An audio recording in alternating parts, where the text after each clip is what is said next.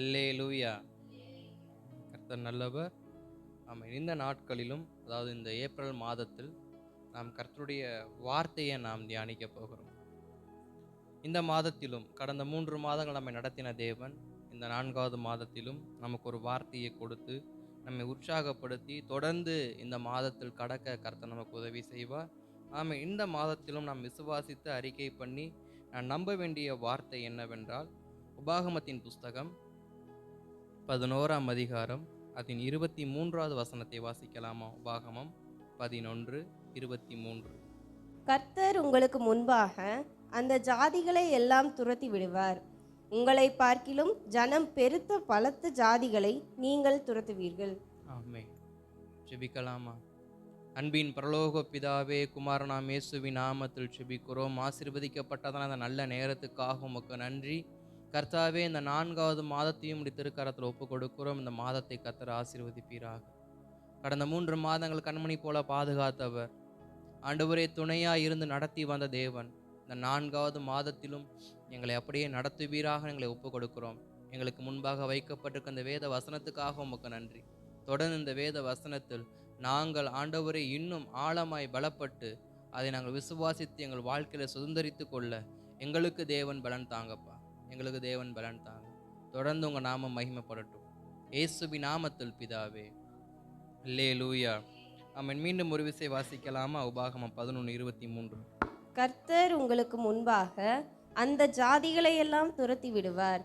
உங்களை பார்க்கிலும் ஜனம் பெருத்த பலத்த ஜாதிகளை நீங்கள் துரத்துவீர்கள். ஆமென். உங்களை பார்க்கிலும் ஜனம் பெருத்த பலத்த ஜாதிகளை நீங்கள் துரத்துவீர்கள். ஆமென். இந்த மாதம் நமக்கு கர்த்தர் கொடுக்கிற வார்த்தை என்னவென்றால், உங்களை பார்க்கிலும் நம்மை பார்க்கிலும் ஜனம் பெருத்த பலத்த ஜாதிகளை நாம் துரத்துவோம் என்று கர்த்தருடைய வார்த்தை நமக்கு இந்த மாதத்தில் வருகிறது. எப்படி என்றால், நாம் நம்மை விட பலவீனமானவர்களை மேற்கொள்ள முடியும். இந்த உலக நீதியின்படி பார்த்தானாக்க, நம்முடைய நீதியின்படி பார்த்தாக்க நம்முடைய பலத்துக்கு சற்று குறைஞ்சாலும் நம்மளால மேற்கொள்ள முடியும். ஆனால் நம்முடைய பலத்துக்கு மிஞ்சின காரியத்தை நம்மளால கண்டிப்பாக மேற்கொள்ள முடியாது.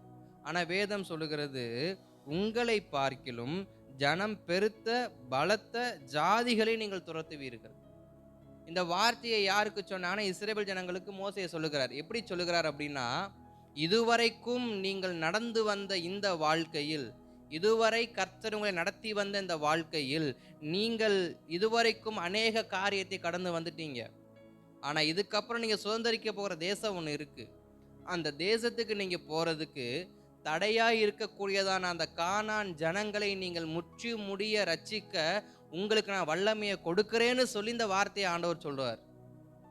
ஏன்னா இந்த வார்த்தைக்கு முன்பாக அநேகர் பயந்து நின்னாங்க. இந்த வார்த்தை வருவதற்கு முன்பாக எப்படி இந்த தேசத்தை நாம் சுதந்திரிக்க போகிறோம், எப்படி இந்த வாழ்க்கையை நாம் வாழ்ந்து முடிக்க போகிறோம், இது நமக்கு எப்படிப்பட்ட ஒரு முடிவாய் நமக்கு முடிய போகிறது அப்படின்னு பல கேள்விகளோட இஸ்ரவேல் ஜனங்கள் அந்த தொடர் யாத்திரையில் இருக்கும் பொழுது கர்த்தருடைய வார்த்தை வருகிறது, இல்ல உங்களை பார்க்கிலும் ஜனத்தில் பெரியவர்களாய் இருந்தாலும் பலத்தில் பெரியவர்களாய் இருந்தாலும் அவர்களை துரத்தி விடத்தக்க, நீங்கள் துரத்தி விடத்தக்க, நான் அல்ல நீங்கள். உங்கள் தேவனாகிய கர்த்தர் நான் துரத்த போறதில்ல, நீங்க என்ன பண்ணுவீங்க? துரத்துவீங்க. அதற்கேற்ற பலனை நான் உங்களுக்கு என்ன பண்றேன்? கொடுக்கிறேன். ஆராதனையில் ஒரு வார்த்தை அழகா சொன்னாங்க, செங்கடலை கர்த்தர் பிளக்க உதவி செய்தார் அப்படின்னா, எரிகோ கோட்டையை உடைக்க நம்ம வாய் என்ன பண்ணணும்? திறக்கணும். ஏன்னா செங்கடலுக்கு முன்பாக கர்த்தர் ஜனங்கள் எந்த ஒரு துதியும் செலுத்தல. அவங்க பண்ண எல்லாமே முறுமுறுப்பு மட்டும்தான். ஆனா எரிகோ கோட்டைக்கு முன்பாக பார்த்தா முறுமுறுப்பு அங்க சத்தத்தை கேட்டிருக்க முடியாது. யோசுவாவுக்கு முன்பாக நின்று கண்டு அவங்க அது எப்படியாக்கும் இது எப்படியாக்குன்னு மோசேக்கு விரோதமாக ஆரோனுக்கு விரோதமாக செய்த முறுமுறுப்பை இங்க அவங்க என்ன பண்ணல, செய்யல. அவங்க செஞ்ச ஒரே ஒரு காரியம் என்ன? சோர்ந்து போனாங்க. அவங்க செஞ்ச ஒரே ஒரு காரியம் என்னன்னா, சோர்ந்து போனாங்க. காரணம், இதை எப்படி என்னால மேற்கொள்ள முடியும்? அண்ணாந்து பார்த்தாலே கழுத்தை வலிக்குது. இவ்வளோ பெரிய மதில் சுவரை தாண்டி போலான்னு பார்த்தா எரிகோவின் ராஜா வழிவிட மாட்டேங்கிறான். கடந்து போகலான்னு பார்த்தா எனக்கு இந்த கதவை திறக்க கூட எனக்கு என்ன இல்லை, பலன் இல்லை. இப்படிப்பட்ட நிலைமையில இருக்கிறப்ப நான் எப்படிடா அந்த பக்கம் போவேனுங்கிறப்ப கர்த்தருடைய தூது வருகிறது. எப்படிப்பட்ட தூதா வருது? நீ துதிக்க ஆரம்பி. நீ துதிக்க ஆரம்பிச்சனா உனக்கு முன்பா இருக்கிற தடையானது உடையும். அப்ப இஸ்ரவேல் ஜனங்கள் தங்களை விட ஜனம் பெருத்த பலம் பெருத்த ஜனங்களை எப்படி துரத்தினாங்க அப்படின்னா, துதியினால துரத்தினாங்க. துதிச்சு துரத்தினாங்க. அடிச்சு துரத்தல, துதிச்சு துரத்துனாங்க. இன்னைக்கு நம்ம அநேக விஷயங்களை என்ன பண்ணுவோம்? நம்ம பலத்தால மேற்கொள்ள தான் பார்ப்போமே தவிர, தேவ பலத்தால் மேற்கொள்ள நமக்கு என்ன இல்லை, அதிகமான நேரத்துல நமக்கு பலன் இருக்காது. ஏன்னா நம்முடைய ஆவிக்கு முன்பாக நம்முடைய மாமிசமானது என்ன பண்ண ஆரம்பிச்சிடும், செயல்பட ஆரம்பிச்சிடும். அப்ப இஸ்ரவேல் ஜனங்களுக்கு கர்த்தர் சொல்கிற ஒரு வார்த்தை, இதுவரைக்கும் நான் உன் கூட இருந்து செயலாற்றின காரியங்களை இனி நீ என்ன பண்ண போற, செயலாற்ற போற. காரணம் என்னன்னா, அந்த 11ஆம் அதிகாரத்தை நீங்க வீட்டுல பொறுமையா வாசிக்கும் பொழுது அங்க ஒரு வார்த்தையை சொல்லுவாரு, நான் செய்த அற்புதங்களை எல்லாம் கண்ணால கண்டவர்கள் நீங்கள் தானே தவிர உங்கள் சந்ததியார் என்ன பண்ணல, இந்த அற்புத அடையாளங்களை பார்க்கல. நீங்க பார்த்தீங்க, உங்க கண்கள் பார்த்துச்சு. அப்ப உங்களுக்கு தெரியும் உங்கள் தேவனுடைய பலன் என்னவென்று சொல்லி. அப்ப நாம் ஆராதிக்கிற தேவனுடைய பலம் எப்படிப்பட்டதா இருக்கும் நமக்கு தெரியுமே தவிர, நமக்கு முன்பாக இருக்க எதிராளியுடைய பலனை நாம் அறிந்து கொள்ள வேண்டும் என்பது எனக்கு சுத்தமா அவசியம் கிடையாது. அப்ப வேத வார்த்தை என்னவென்றால், உங்களை பார்க்கிலும் ஜனம் பெருத்த பலத்த ஜாதிகளை நீங்கள் துரத்துவீர்கள். எப்படி துரத்த முடியும்? தேவ பலத்துல தான் துரத்த முடியும். அந்த எப்படின்ற ஒரு 3 குறிப்பை மாத்திரம் நான் சுருக்கமா சொல்லி நான் அந்த வார்த்தையை நான் நிறைவு செய்ய விரும்புகிறேன். முதலாவது, நாம் எப்படி துரத்த வேண்டும் என்றால், கொடுத்ததை பயன்படுத்த வேண்டும். நம்ம கிட்ட கொடுத்ததை நாம் பயன்படுத்தணும். இரண்டாவது, பின்வாங்காமல் போராட வேண்டும். பின்வாங்காமல் போராட வேண்டும். மூன்றாவது, எதிர்த்து நிற்க வேண்டும். ஒரு காரியத்தை துரத்தணும் அப்படின்னா இந்த 3 காரியம் மிக மிக அடிப்படையானது.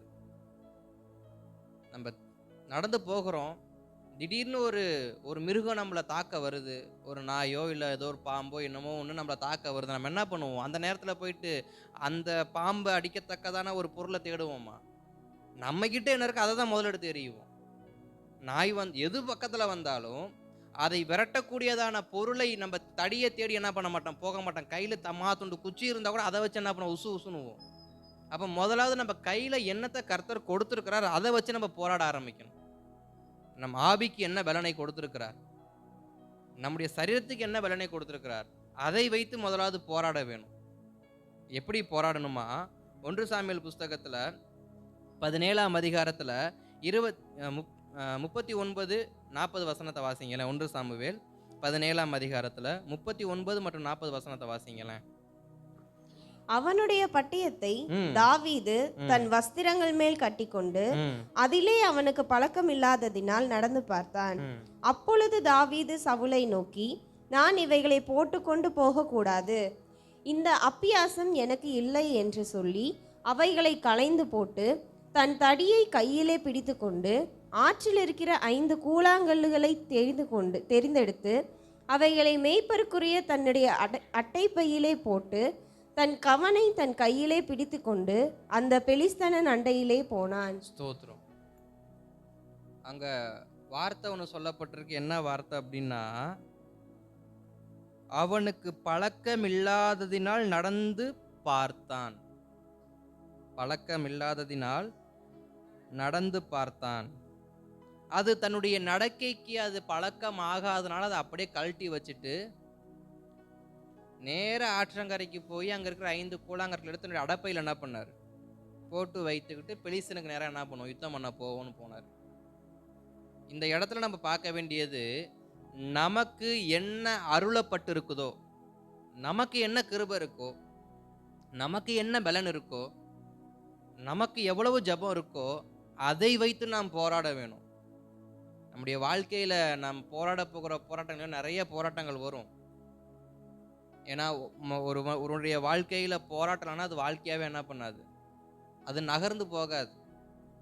ஒரு ஊழியர் அழகா ஒரு வார்த்தையை சொன்னார். என்னன்னா, வாழ்க்கை என்பது படகை போல.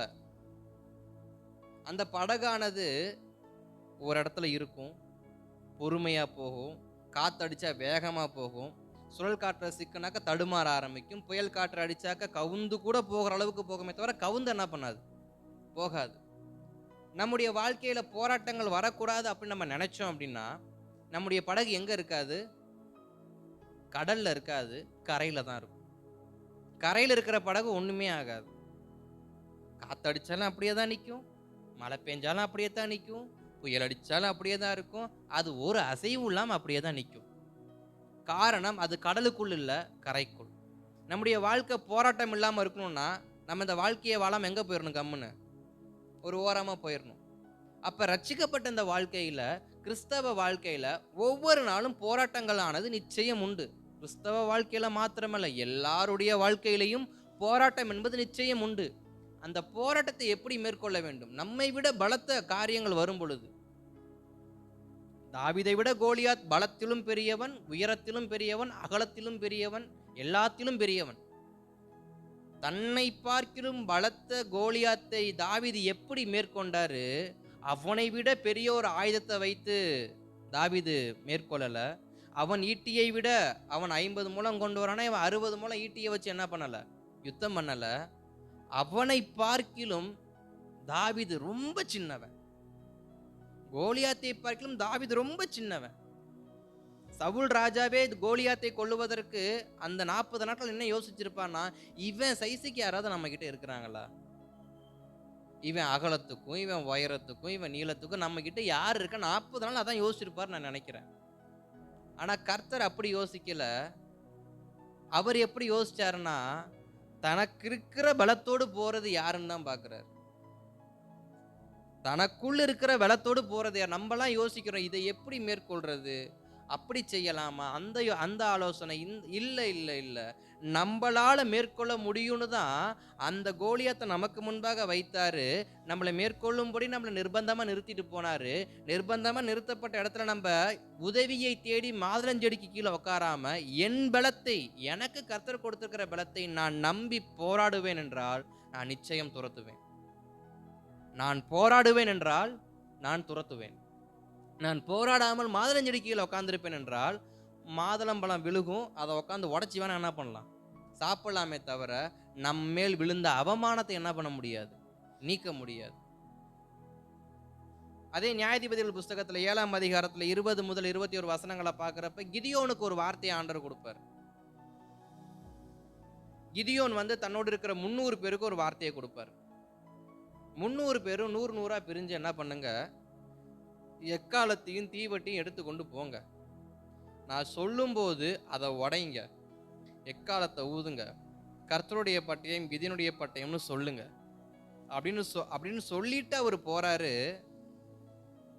அங்க ஒரு பெரிய அந்த பள்ளத்தாக்குல மாற்றங்கள் நடக்குது. நினைச்சு பார்க்க முடியாத அளவுக்கு மாற்றங்கள் நடக்குது. அவங்க கிட்ட இருந்தது என்ன, எக்காலமும் தீவட்டியும் தான். இருக்கிறத பயன்படுத்தினாங்க. நம்முடைய வாழ்க்கையில கர்த்தர் நமக்கு கொடுத்திருக்கிறத நம்ம பயன்படுத்த ஆரம்பிக்கிறோம். நம்ம கொடுத்ததே நம்ம அநேகமா பயன்படுத்தாம இருக்கும்போது அடுத்த கிருபைகளுக்கு நம்ம என்ன பண்ண ஆரம்பிக்கிறோம், ஜெபிக்க ஆரம்பிக்கிறோம். அடுத்த வரங்களுக்கு ஜெபிக்க ஆரம்பிக்கிறோம். அடுத்த ஊழியங்களுக்கு ஜெபிக்க ஆரம்பிக்கிறோம். கொடுத்த காரியத்துல நம்ம சரிவர நாம் செயல்படுத்தாமல் அடுத்த காரியத்தை நாம் யோசிப்போம் என்றால் கொடுத்ததை இழந்து விடுவோம். ஏன்னா அந்த கொடுத்த காரியம் தாளந்துகளை புதைத்து வைப்பதற்கு சமானம். அடுத்த காரியத்தை, கொடுத்ததை பயன்படுத்தாமல் அடுத்ததை யோசிக்கிறது தாளந்தை புதைத்து வைப்பதற்கு சமானம்.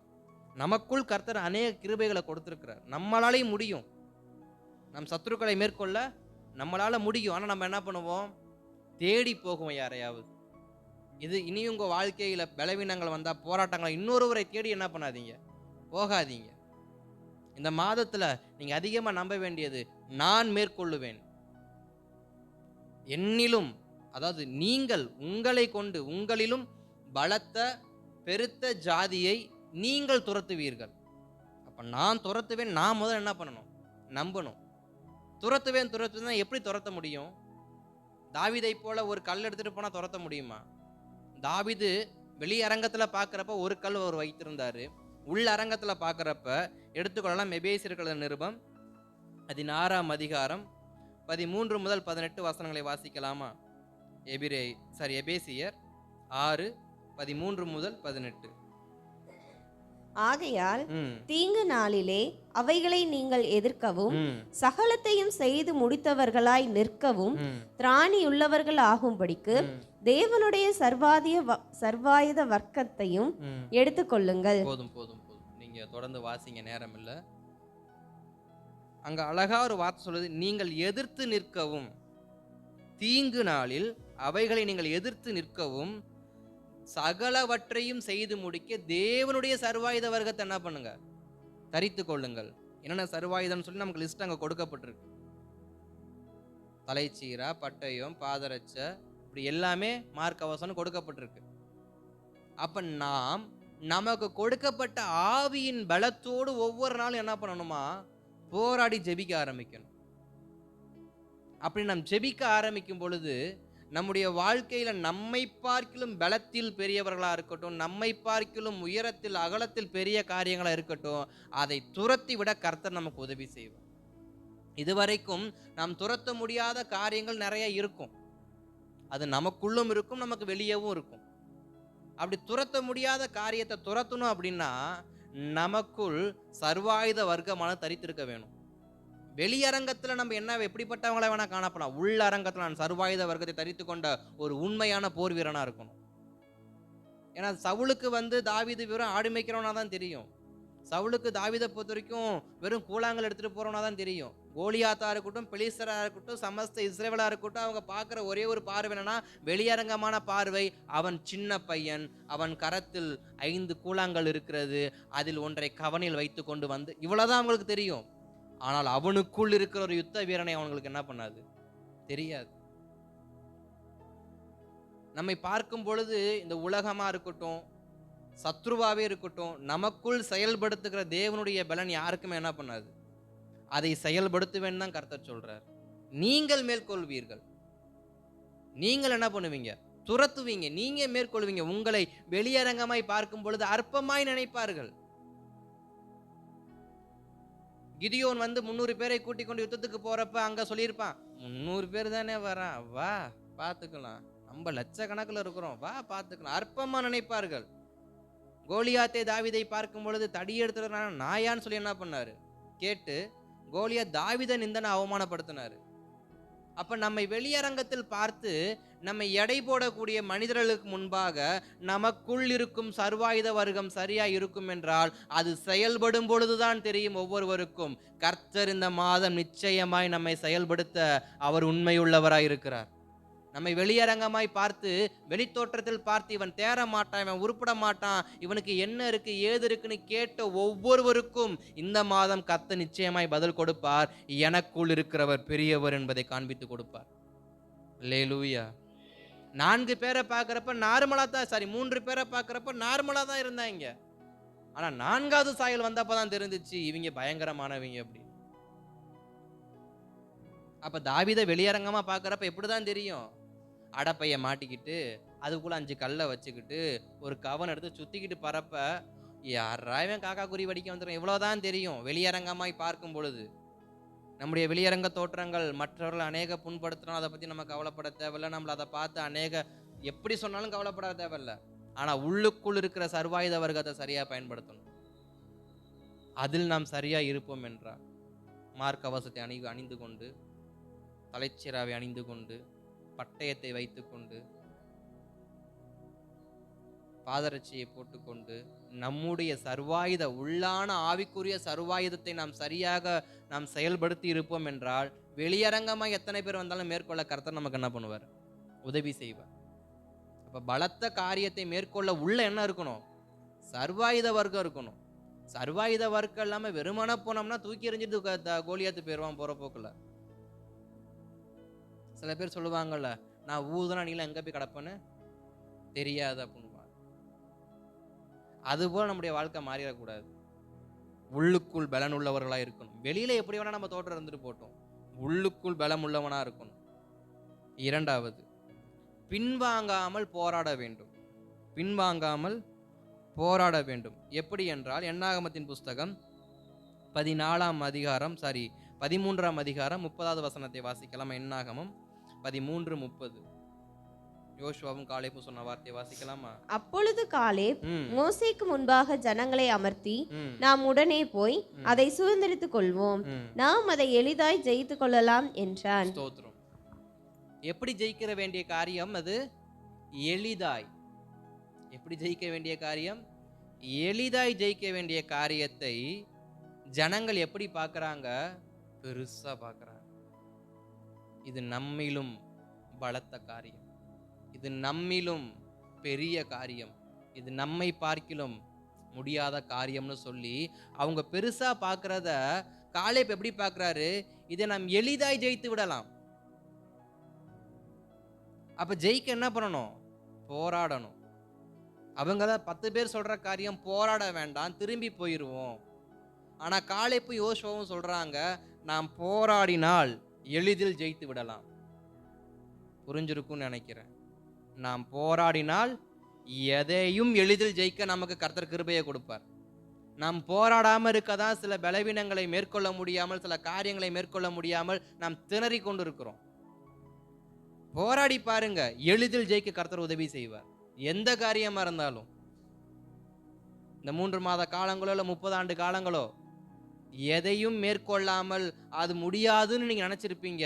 ஆனா அது ஈஸியா முடிய வேண்டிய காரியம். அந்த ஈஸியா முடிய வேண்டிய காரியத்தை கர்த்தர் இந்த மாதம் நமக்குள் செயல்படுத்த அவர் உண்மை உள்ளவராய் இருக்கிறார். நாம் போராட ஆயத்தமா இருப்போம் என்றார். நாம் போராட ரெடியா இருந்தா அவர் நமக்குள் இருந்து செயலாற்ற அவர் உண்மை உள்ளவராய் இருக்கிறார். அதேதான் 14ஆம் அதிகாரத்துல 9வது வசனத்துல சொல்லப்பட்டிருக்கும், கர்த்தருக்கு விரோதமாய் மாத்திரம் கலகம் பண்ணாதிருங்கள், அந்த தேசத்து ஜனங்களுக்கு நீங்கள் பயப்பட வேண்டியதில்லை, அவர்கள் நமக்கு இரையாவார்கள், அவர்களை காத்தனல் அவர்களை விட்டு விலகி போயிற்று. அவர் சொல்ற வார்த்தை, நீ பயப்படாத, அவன் நமக்கு இரையாவான். அப்ப நம்மளால எளிதில் ஜெயிக்க முடியாம போக காரணம் என்ன? நம்மை விட அவன் பெரியவன் என்கிற பயம். நம்மை விட அவன் பெரியவன் என்கிற பயம். என்னுடையதான பலத்தை விட, என்னுடைய திறமையை விட, எனக்கு அருளப்பட்டிருக்கிற வரங்களை விட அவன் பெரியவன். நமக்கு முன்பாக இருக்கிற ஒரு சத்துருவை நாம் பெரியவர்களை பார்த்தோம் என்றால் நமக்கு பயத்தை தான் ஏற்படுத்தும். பயப்படாமல் எதிர்த்து நிற்போம் என்றால், பயப்படாமல் போராடுவோம் என்றால் எளிதில் ஜெயிக்க வைக்க கர்த்தர் உண்மை உள்ளவராய் இருக்கிறார். எப்படி எளிதில் ஜெயிக்க முடியும்? எப்படி போராடணுமா?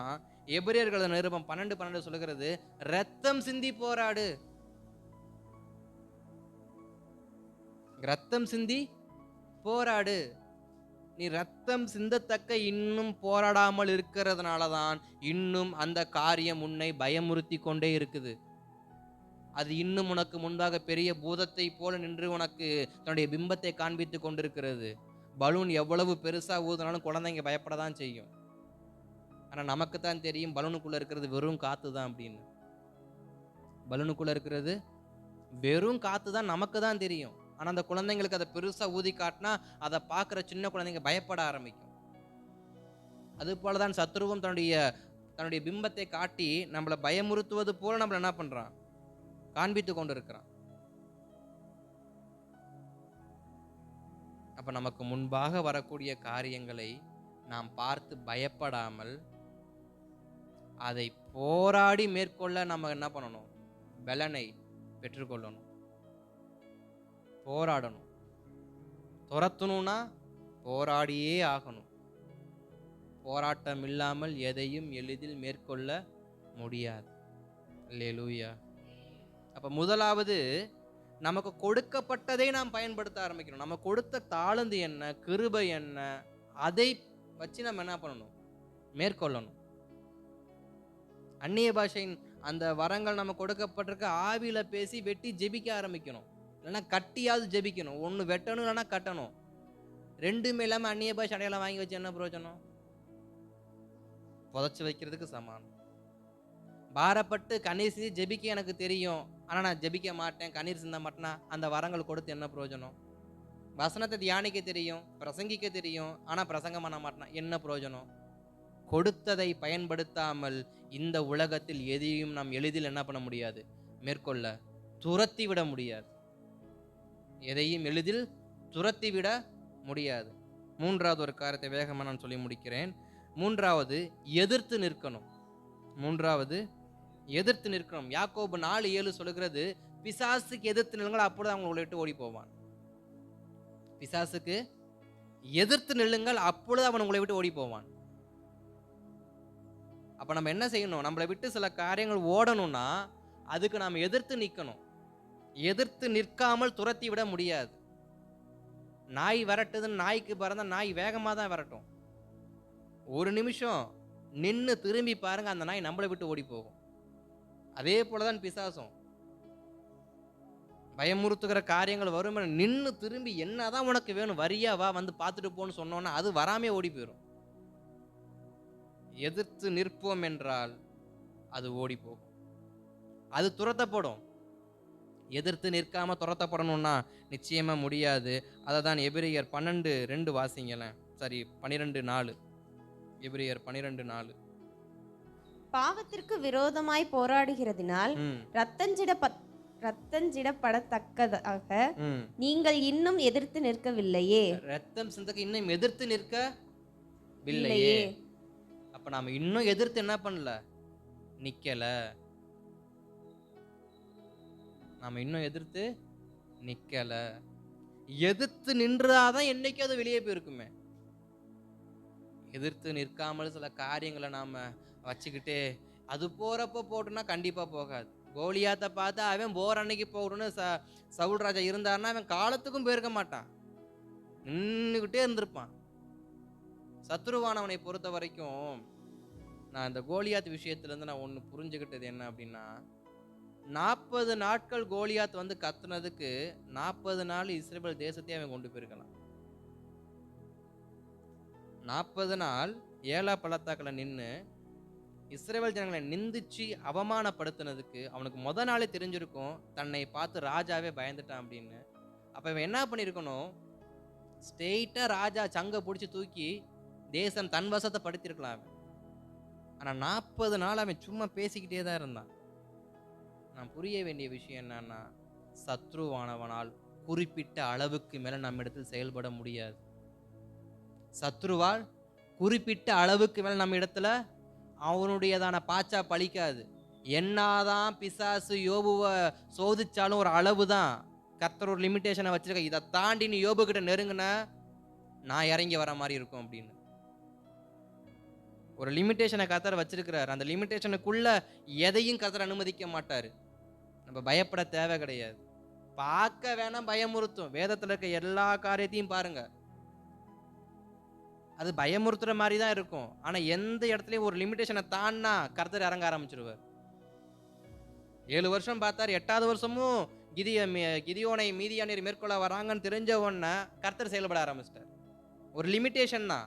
அந்த லிமிட்டேஷன் நம்ம செயல்படலை அப்படின்னா கர்த்தர் செயல்பட ஆரம்பிப்பார். ஆனா வார்த்தை என்னன்னா, நான் இனி செயல்பட போறதில்ல, உன் லிமிட்டேஷனுக்குள்ள இருக்கிற எல்லாரையும் நீ என்ன பண்ணு, நீயே துரத்து, நீயே விரட்டி விடுவீங்கள.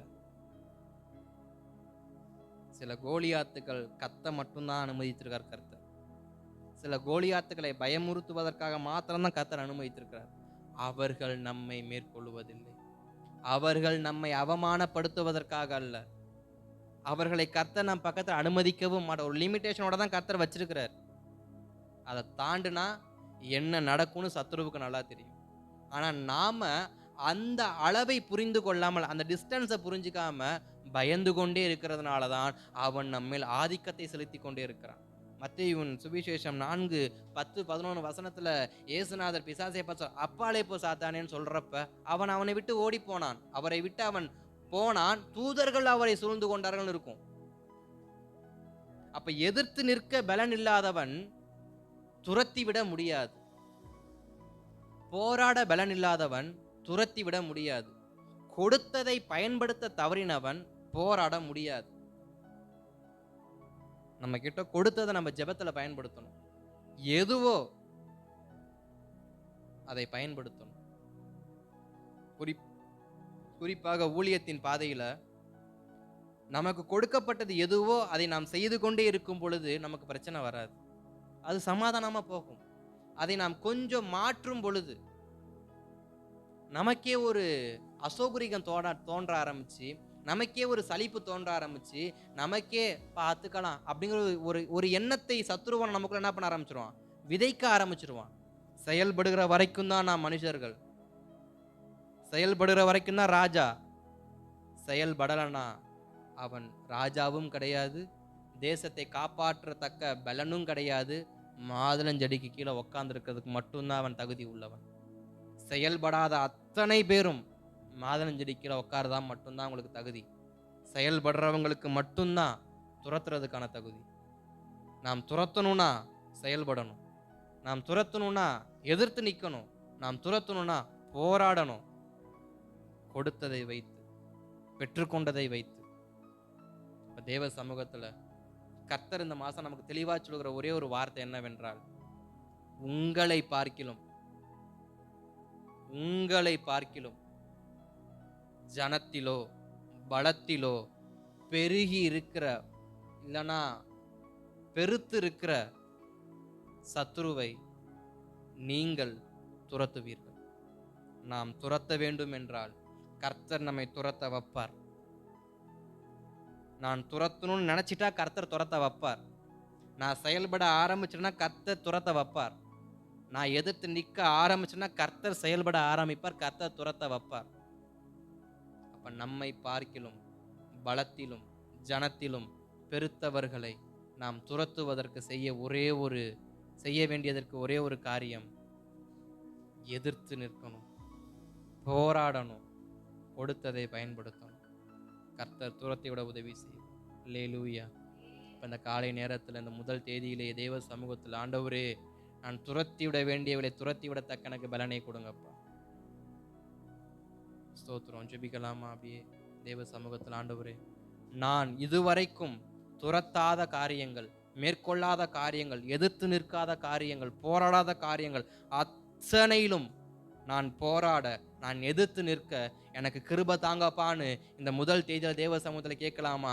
ஆண்டவரே இதுவரைக்கும் என் அளவை நான் உணராதபடிக்கு, என்னிடத்தில் அனுமதிக்கப்பட்ட சத்துருவின் அளவை நான் உணராதபடிக்கு, நான் பயத்திலும் திகிலிலும் நடுக்கத்திலும் நான் இருந்ததான எல்லாவற்றையும் ஆண்டு உம்முடைய கரத்தில் ஒப்பு கொடுக்கிறேன்.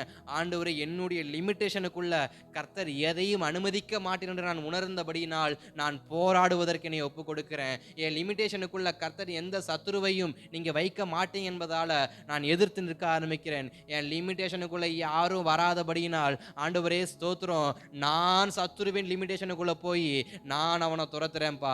எனக்கு கொடுத்ததை நான் எடுத்துக்கொண்டு நான் பள்ளத்தாக்குக்கு நேராக போவேன். அங்கிருக்கிற கோலியாத்தையும் நான் மேற்கொள்வேன். தெய்வ சமூகத்தை நோக்கி, ஆவியானவர் எனக்கு அந்த கிருபையை தாங்கப்பா.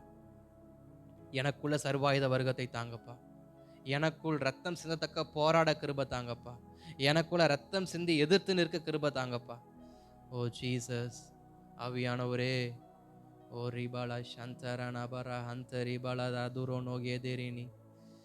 இதோ இந்த பகல் நேரத்துக்காக உமக்கு நன்றி, பகல் நேரத்துக்காக நன்றி, பகல் நேரத்துக்காக நன்றி. இந்த முதல் தேதியில தேவ ஆவியானவர் ஆண்டவரே ஸ்தோத்திரம், உம்முடைய சபையில் இருக்கிறதான ஒவ்வொருவருக்கும் போராடத்தக்க, எதிர்த்து நிற்கத்தக்க பலனை கர்த்தர் தாங்கப்பா.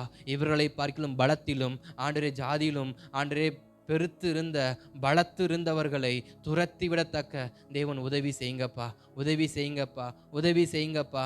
இவர்கள் இனி எவர்களையும் தேடி போகாதபடிக்கு இவர்களே இவர்கள் சத்துருக்களை மேற்கொள்ளட்டும், இவர்களே இவர்கள் பலவீனங்களை மேற்கொள்ளட்டும், இவர்களே இவருடையதான ஆண்டு எல்லா விதமான அசௌகரியத்தையும் நீக்கி சௌரியமான காரியங்களை செயல்படுத்த தேவன் உதவி செய்வீராக, தேவன் உதவி செய்வீராக, தேவன் உதவி செய்வீராக. இந்த முதல் தேதியில தேவ சமூகத்தில் அமர்ந்திருக்கிற ஒவ்வொருவருக்காக, இந்த சத்தத்தை கேட்கிற ஒவ்வொருவருக்காக ஜெபிக்கிறேன்.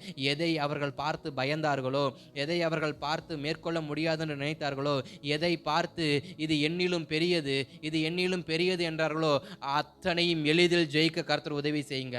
அத்தனையும் எளிதில் ஜெயிக்க கர்த்தர் உதவி செய்யுங்க. அத்தனை காரியத்திலும் எளிதில் ஜெயிக்க கர்த்தர் உதவி செய்யுங்க. அன்றைய வேலை காரியத்தில், ஆவிக்குரிய காரியத்தில், குடும்ப காரியத்தில் எளிதில் ஜெயிக்க கர்த்தர் உதவி செய்யுங்கப்பா. எளிதில் ஜெயிக்க கர்த்தர் உதவி செய்யுங்கப்பா. துரத்தி விட உதவி செய்யுங்க, துரத்தி விட உதவி செய்யுங்க, துரத்தி விட உதவி செய்யுங்க. உம்முடைய கரத்தில் ஒப்பு கொடுக்கிறேன். இந்த முதல் தேதியிலே தேவ கிருபை கட்டவிழ்க்கப்படுவதாக. இந்த முதல் தேதியிலே தேவ அபிஷேகம் கட்டவிழ்க்கப்படுவதாக. ஆண்டவரே, தாவீதுக்குள் கட்டவிழ்க்கப்பட்ட அபிஷேகம் இன்றைக்கு ஆண்டவரே இந்த ஜனங்களுக்குள் கட்டவிழ்க்கப்படுவதாக நான் ஜெபிக்கிறேன். சபைக்குள் கட்டவிழ்க்கப்படுவதாக நான் ஜெபிக்கிறேன். சத்தத்தை கேட்கிற ஒவ்வொருவருக்குள்ளும் தாவீதுக்குள் கட்டவிழ்க்கப்பட்ட அபிஷேகம், தாவீதுக்குள் கட்டவிழ்க்கப்பட்ட சர்வாயுத போர் தந்திரங்கள் ஆண்டவரே இவர்களுக்குள்ளும் கட்டவிழ்க்கப்படுவதாக. இவர்கள் மேற்கொள்ளட்டும்பா, மேற்கொள்ளட்டும்பா. தேவன் தொடர்ந்து உதவி செய்யுங்க. இந்த மாதம் முழுவதும் கர்த்தர் நன்மையால் நிரப்புங்க. இந்த மாதம் முழுவதும் குறைவில்லாமல் நடத்துங்க. இந்த மாதம் மீன் செலவுகளுக்கு கர்த்தர் துரத்துங்க. இந்த மாதத்தில் இவர்கள் கண்களுக்கு முன்பாக இருக்கிற பலவீனங்களை கர்த்தர் துரத்துங்க. இந்த மாதத்திற்கு முன்பாக இருக்கிற தேவைகளை கர்த்தர் துரத்துங்க. கர்த்தாவே, இவர்கள் எதை பெரிதாய் நினைக்கிறார்களோ அதை எளிதில் துரத்த உதவி செய்யுங்க. தொடர்ந்து கிருபை தாங்கப்பா. இந்த மாதம் முழுவதும் கர்த்தருடைய பாதுகாப்பு உண்டாகட்டும். இவர்கள் போக்கிலும் வரத்திலும் தேவ கரம் கூட இருக்கட்டும். கர்த்தருடைய சமூகம் இவர்களுக்கு முன்பாக சொல்லட்டும். பலவீனங்களை குறித்து பரிதபிக்கிற பிரதான ஆசாரியரே, ஒருவரும் பலவீனப்பட்டு போகாதபடி தேவன் கிருபை தாங்க. தொடர்ந்து திருக்கரத்தில் ஒப்பு கொடுக்கிறோம்.